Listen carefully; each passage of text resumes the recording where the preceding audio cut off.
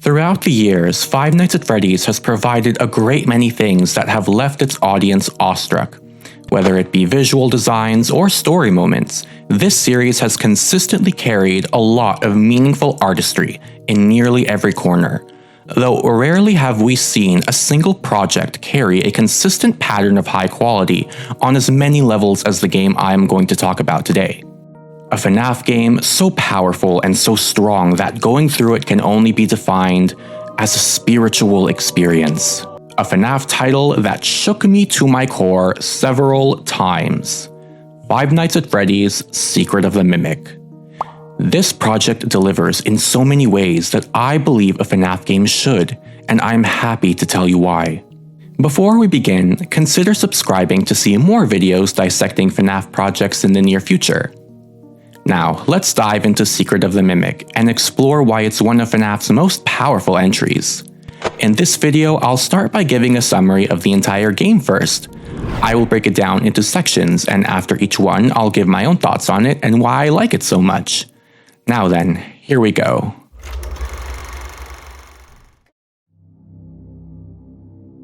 The game opens with our protagonist lazily swerving his van all over the road.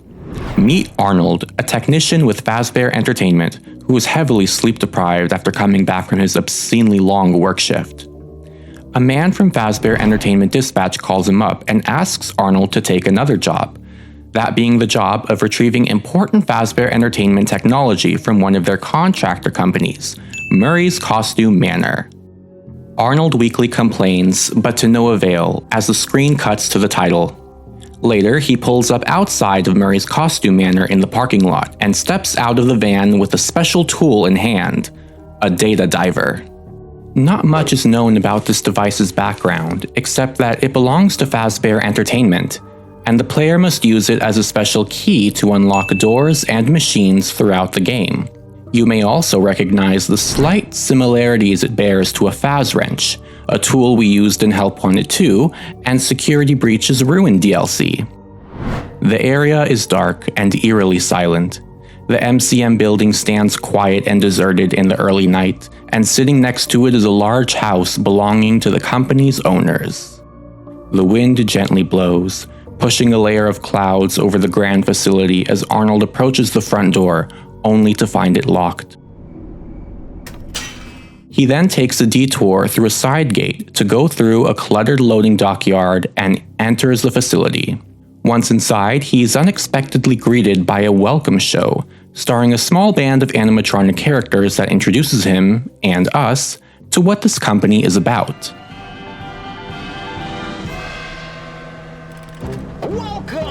Welcome!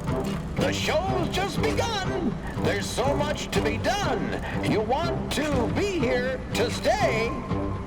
It's a one-of-a-kind fantasy workshop where you'll quite simply be amazed!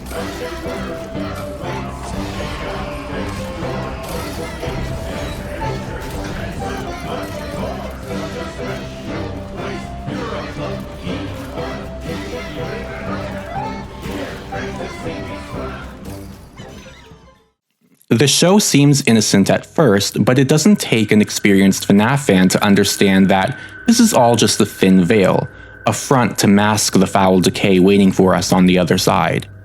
Just as the show is approaching the end, it malfunctions and the lights go out, plunging us into silence and darkness. A red light flashes, drawing our attention to a side door to exit through. We are greeted with the warehouse cluttered with costumes and props, shrouded in red light and darkness. One such costume lining the wall is the egregious elephant clown, the same one from the gameplay trailer and the same one from the end of Ruin. Arnold makes his way through the near darkness to the security office, where he activates a generator to bypass the door lock. Once inside, Dispatch gives Arnold a detailed summary of what he needs to do tonight. He must retrieve the blueprints for the Mimic, an advanced endoskeleton that Edwin Murray, the CEO of MCM, was developing before he went AWOL. However, the Mimic is currently active and roaming around the building. Dispatch warns Arnold that the Mimic, for reasons unknown, has become extremely violent to people, though he plays it off like it's just no big deal. Unfortunately, it seems that one of his most creative inventions may have encountered some homicidal glitches in its programming. These things happen, and I'm sure it's nothing to worry about. Throughout the MCM facility, there are certain ranks that can open certain doors, and if Arnold is to reach the Mimic's blueprints stored in Murray's executive suite, he must upgrade his data diver permissions to the very top rank. So the main goal is to stay quiet, stay alive, and retrieve those blueprints as fast as possible. Left without a choice, Arnold begins his journey. There are 6 ranks altogether: Basic, Security, Repair, Creator, Admin, and Executive. We begin the game with only Basic unlocked, but inside the security office we're currently in is the first upgrade station for Security. Upgrading the data diver requires completing a small puzzle where you must flip all the digital bits from 0 to 1 in a single go, which I personally find very satisfying. Left with no other option now, Arnold upgrades his data diver and heads to the power room, though if you have a keen eye, you'll notice that on the camera monitors while Dispatch was talking, the elephant disappeared. Upon entering the power room, we see a massive generator powered by what looks like lava, or some kind of molten substance. In the corner of the room sits a filthy, decrepit costume of a dog, and upon closer inspection, a human arm is visible, sticking out of the costume, surrounded by flies. There is someone rotting inside that suit, and one look at their uniform reveals that Arnold was not the first Fazbear technician to be sent here.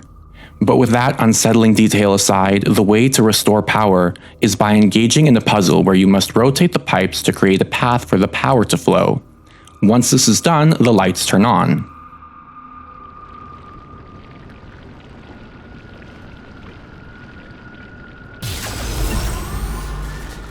Check. Testing.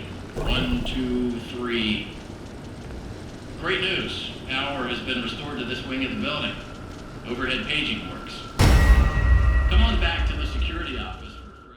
Arnold turns around to see a flicker of something outside the window, peering in at him, but it flees. With power restored, Dispatch is able to talk through the overhead intercoms and tells Arnold to return, dismissing his nervous observations. You haven't seen anything unusual yet, have you? Actually... Arnold returns to the security office, and Dispatch elaborates on his objective even more. He tells Arnold to remember to upgrade his data diver, and keep an eye on the inventory machines throughout the building.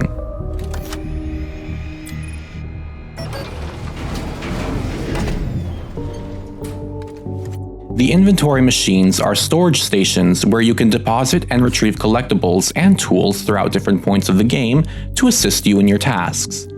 Arnold uses it to retrieve a hand crank for the nearby security gate outside of the office, and heads off to find the next upgrade station.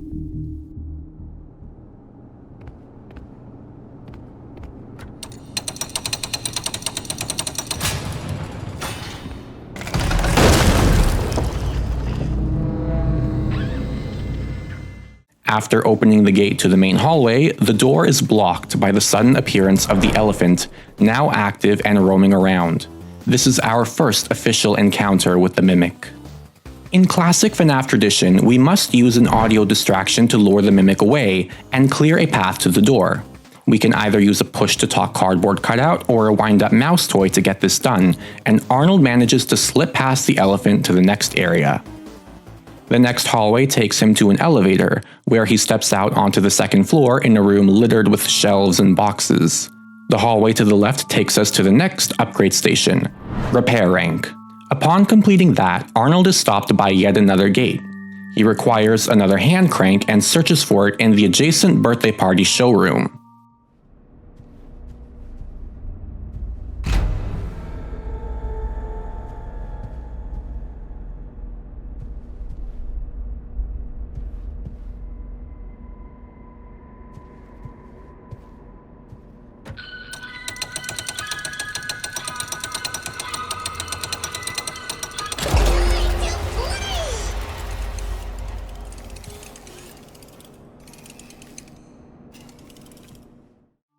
Sitting on a massive music box is a hand crank that Arnold can use.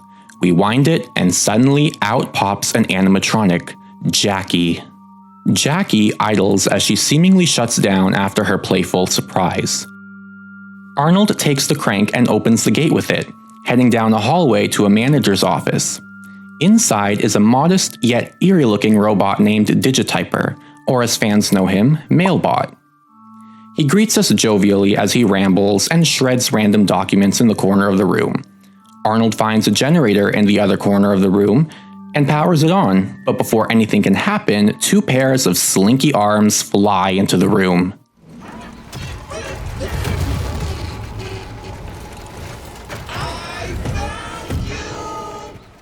Jackie comes lunging through the doorway, acting erratically. She gleefully giggles and shouts like she's playing a game of hide-and-seek.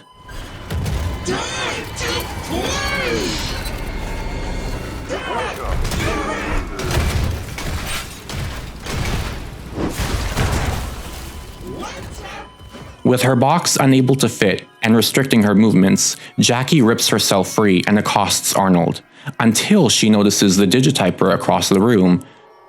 Jackie rounds on him, brutally slamming him around like a rag doll before chucking him clean through the wall behind us. Arnold takes the opportunity to leap through, landing on a catwalk.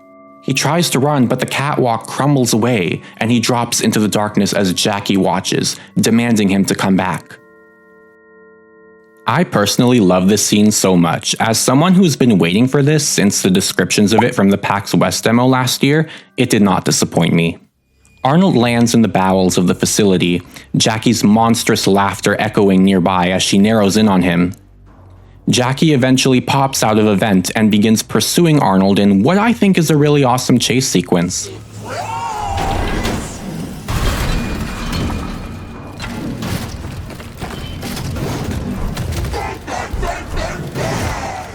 Her long, slinky arms fly past our head as she's hot on our heels.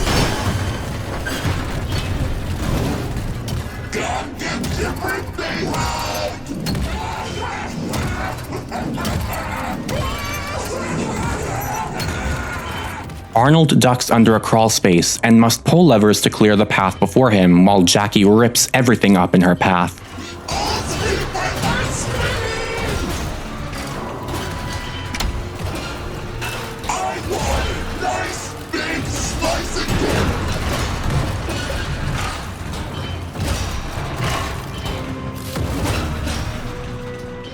He loses her for a bit before she leaps out of another vent in a nearby room ahead of him. Pulling the final lever, the door slams down on Jackie's head, stalling her while we must activate the generator to open the vent shaft to escape. But once again, Arnold is cornered by the now damaged Jackie in the vents.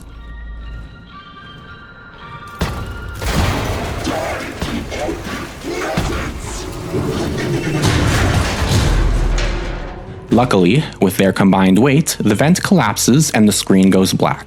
Arnold comes to in the security office from earlier, having tumbled through the ceiling. On the desk, dispatch is requesting an update. The time is now 1 a.m. Let's begin our first breakdown. Mostly I want to cover Jackie and our new main character, Arnold. Starting with Arnold. Although there isn't too much to say about him right now, he's personally become one of my new favorite FNAF protagonists. For the games, he has the most voice lines of any adult protagonist, which I consider to be a win. Michael and Vanessa will always be my favorites, and I really love what they did with their minimal dialogue in their other games, but I just find the nuance that Arnold brings to be particularly endearing. I think he might be what some people call a boy failure, and I need to learn more about him ASAP. He's just a simple guy trying to survive, and from the sound of it, Arnold is struggling to properly look after himself. His van is a mess with soda cans and fries everywhere. His life situation is a mess. His personal life seems like a mess too if the scrapped alternate voice lines are anything to go off of. What? Next shift. I just finished a 14-hour shift 2 hours ago. Hey man, come on. I haven't been home in days. What family? My parents are dead.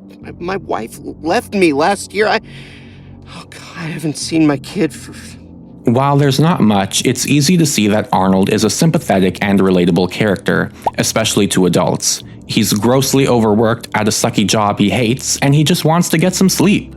I believe that portraying Arnold like this is what makes the ending of this game especially darker and more tragic, which I'll get to later on.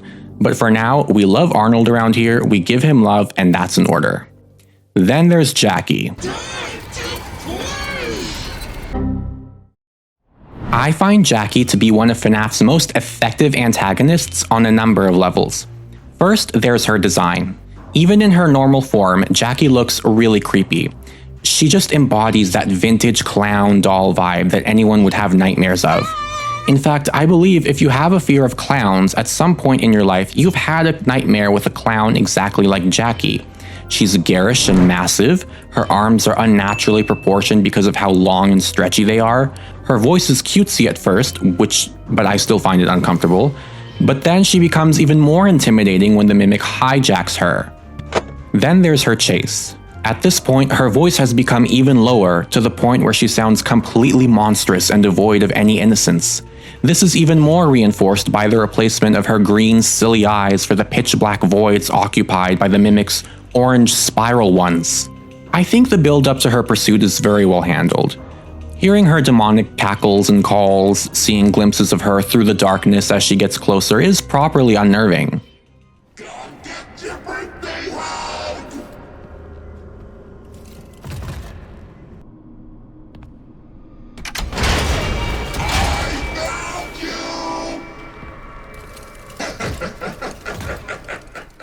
By the way, the chase itself is also really fun. It's challenging and appropriately terrifying. You have to constantly pay attention to your surroundings while Jackie's massive arms easily reach in front of you. The floors also collapse with the weight and force of her movements, not only forcing the player to hurry up, but also showing off how strong Jackie is and what she's capable of. And she's quick too. You can never let your guard down because, like I mentioned earlier, she's always directly behind you, and even if she's not, she can easily catch up. Then while you're crouching down and desperately scrambling to grab the levers, Jackie is right on your heels, ripping up those crates to get to you. She does this so effortlessly and fast that the player only has one chance to catch the lever or else it's over.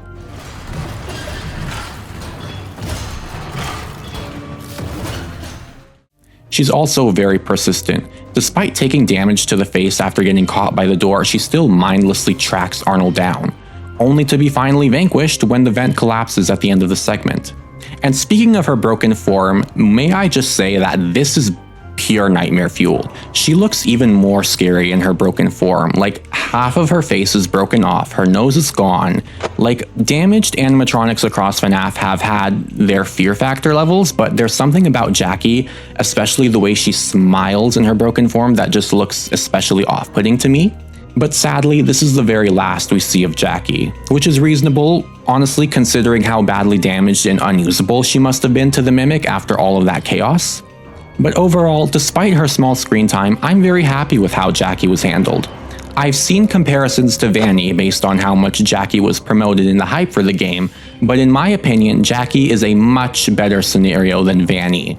Jackie made her screen time memorable and impactful in a genuine way. She was actually threatening, with the game showing us her destructive potential up close and personal before throwing us into her clutches.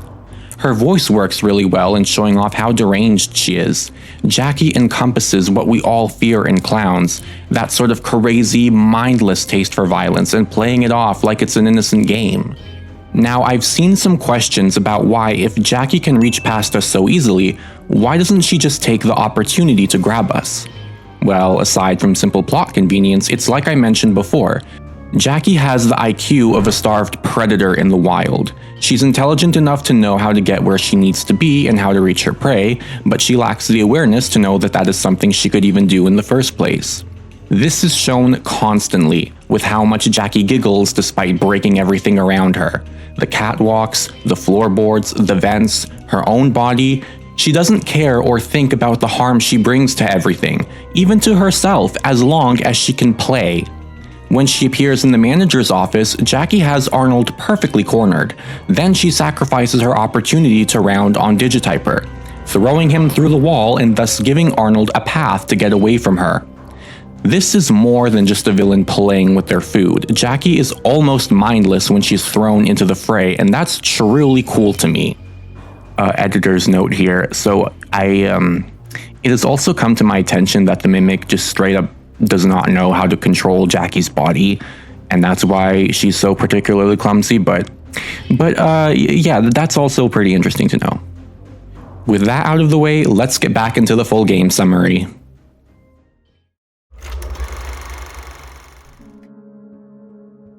After dispatch directs us to our next upgrade station, we are directed back to the entrance showroom, where Arnold resets the welcome show. It properly concludes this time.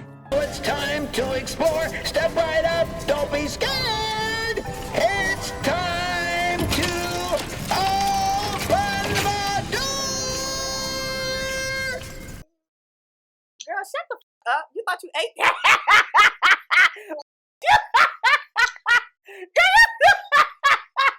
And we are granted access into the lobby beyond. Arnold attempts to call the elevator, but it's not working. Entering a side room, he finds out that there is something caught in the elevator's gears and is preventing it from functioning. Fortunately, there is a Mrs. Helpful terminal right next to us.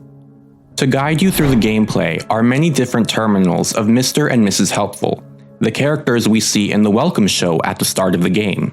These two characters represent the owners of the company, Edwin Murray and his wife Fiona Murray. These terminals carry different pre-recorded messages from Edwin and Fiona to their staff, which, using the data diver, you can access easily. Mrs. Helpful directs us to the second floor balcony in the lobby we were just in, where we must retrieve a repair cassette to help us fix the elevator. Upon going back, there's only one big issue. The lobby is cluttered with over a dozen mascot suits.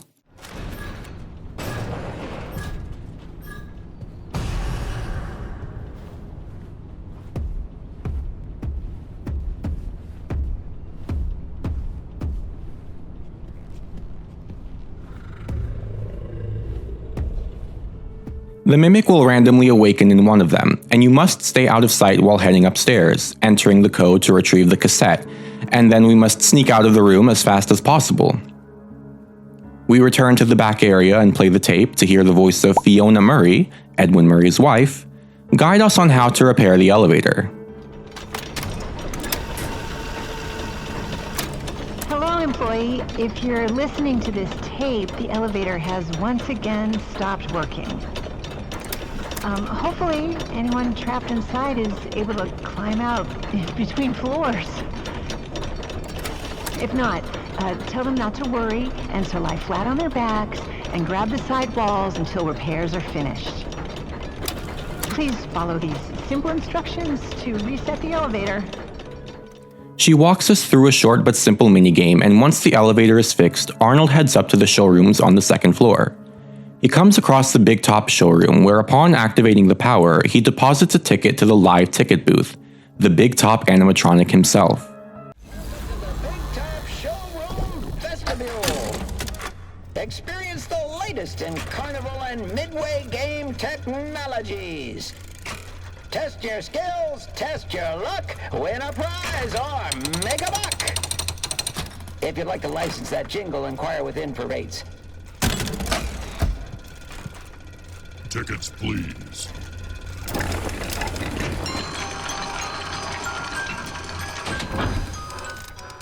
The entire showroom is heavily Carnival themed and meant to be a display for the owners of entertainment centers to browse and acquire for their own attractions.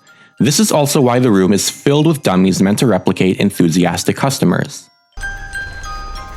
This is so fun that I am coming back tomorrow with more money. Win to win. My kids love me now. Games of skill are my favorite. Win to win. I am having so much fun. I want to. Arnold must spin the prize wheel at the back of the room and win in order to advance. But in order to do that, he needs to play all 3 of the Carnival games the showroom has to offer. You can pick any game of your choice to start off. 2 of the games are simple shoot-the-target type challenges, while the other is a ball toss. And What did you win? A free spin on the prize wheel. Head over to the prize wheel to redeem your free spin.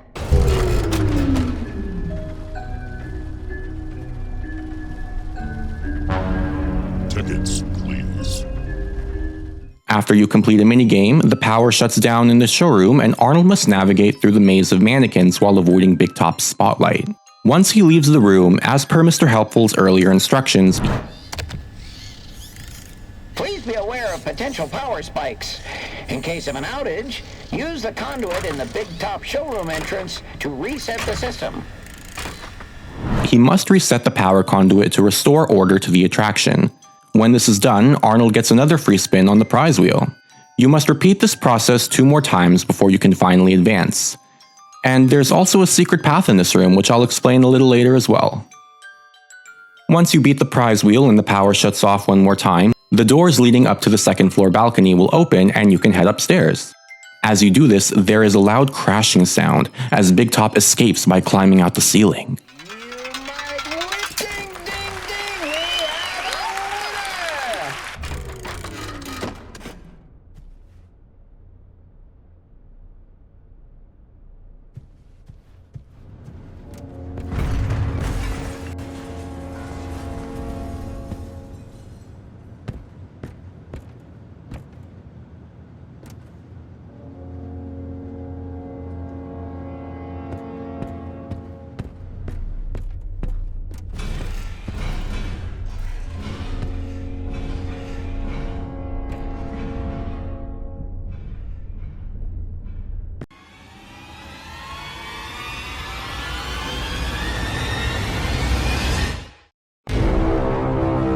You input a passcode into the nearby door and it takes you to the creator upgrade station.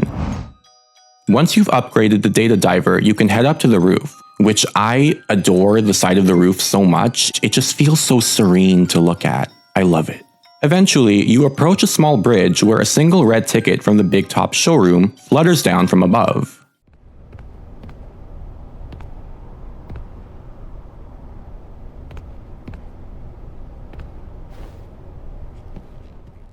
This isn't random, as you see moments later when Big Top himself leaps into view.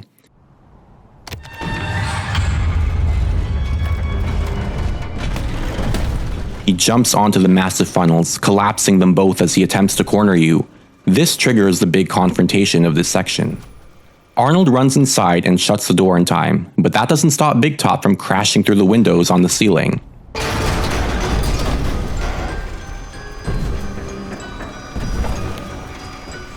You must run down the staircase that is quickly collapsing from the animatronic's colossal weight and enter an office space, where Big Top's girder arms are crashing through the ceiling.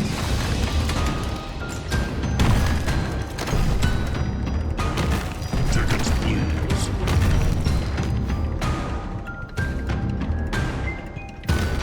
Tickets, please.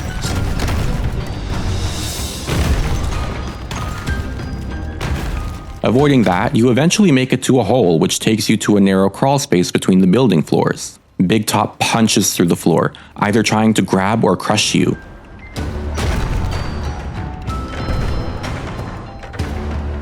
Tickets, please. Tickets, please. Tickets, please.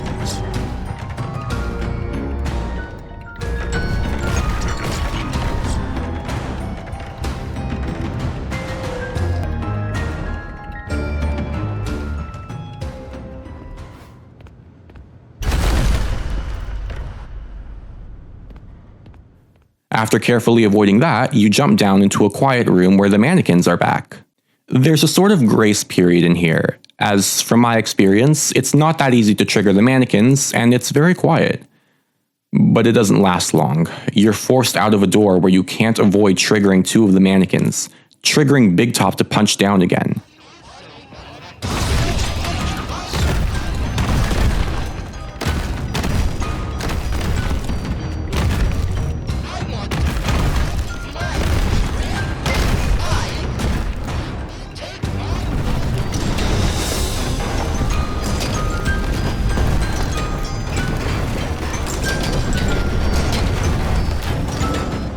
This is the final stretch of the chase, and you have to just book it all the way to the staircase area again, where you are trapped and cornered by Big Top, forced to watch as he gets closer, and the whole area crumbles around him.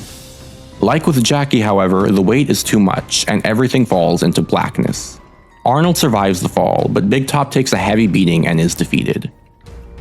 You pick yourself up and go out the door to find the security office to update Dispatch, who seems especially eager to hear the details this time.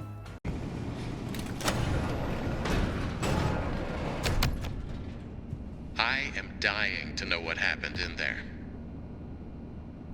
The system was flooded with alarms and alerts, and then it all stopped. I'm guessing you took care of it. Well done. No.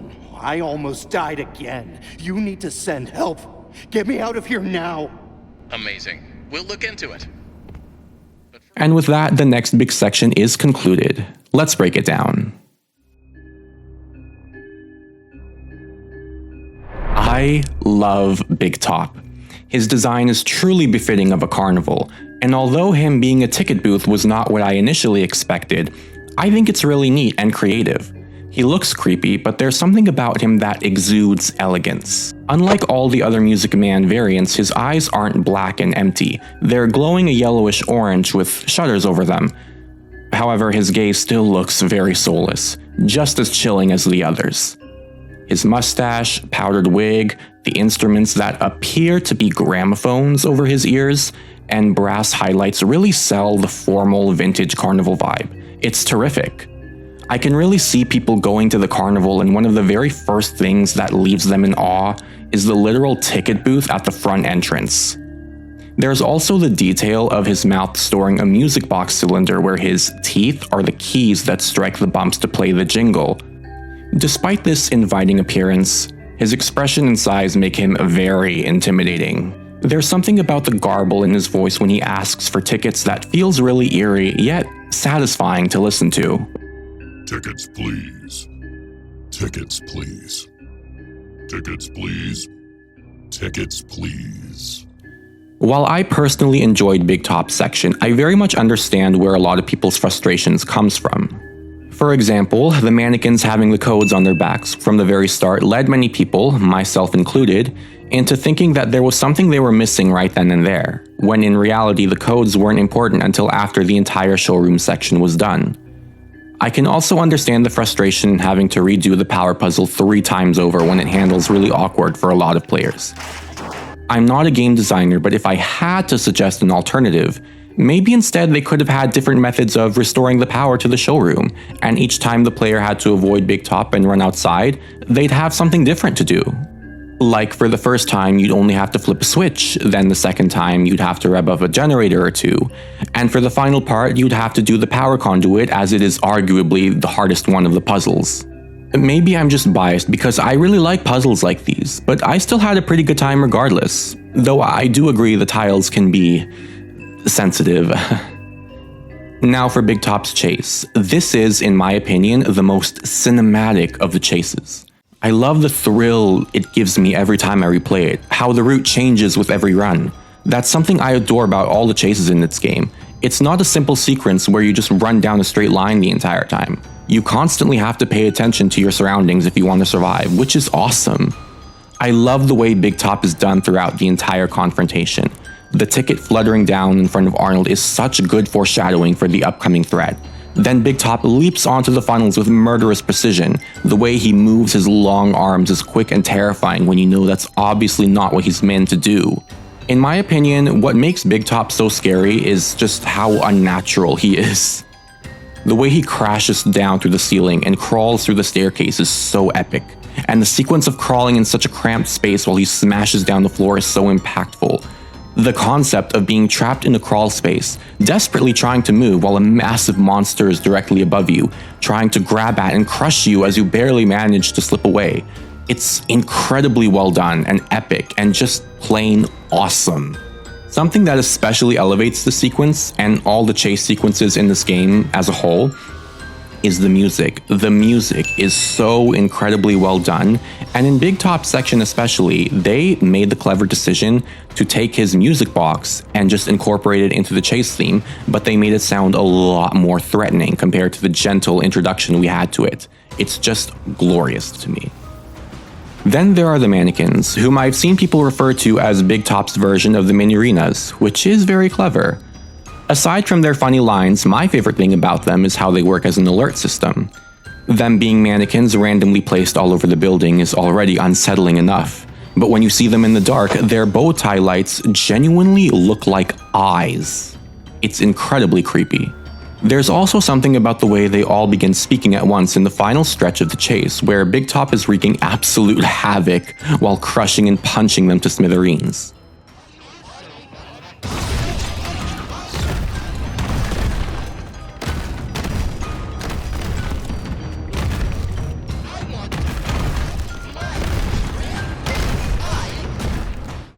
I think it's because of how you have to remain quiet and slow at first. All is silent. Then you have to walk through the door and set two of them off.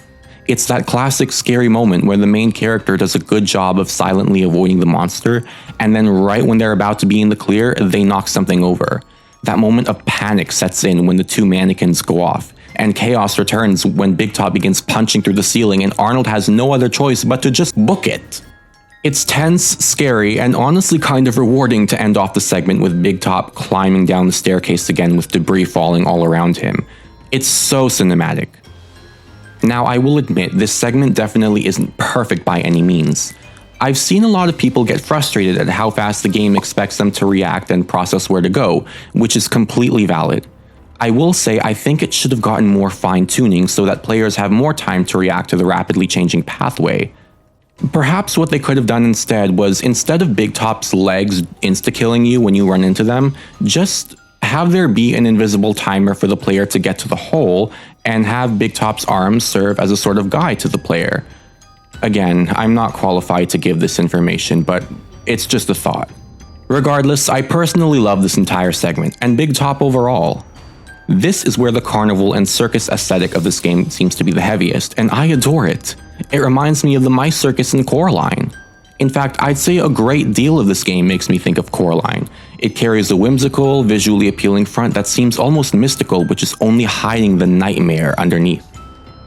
You know what, I think this can be said for most of FNAF as a whole, but that's a whole different video topic. But back to Secret of the Mimic, let's get into the next section.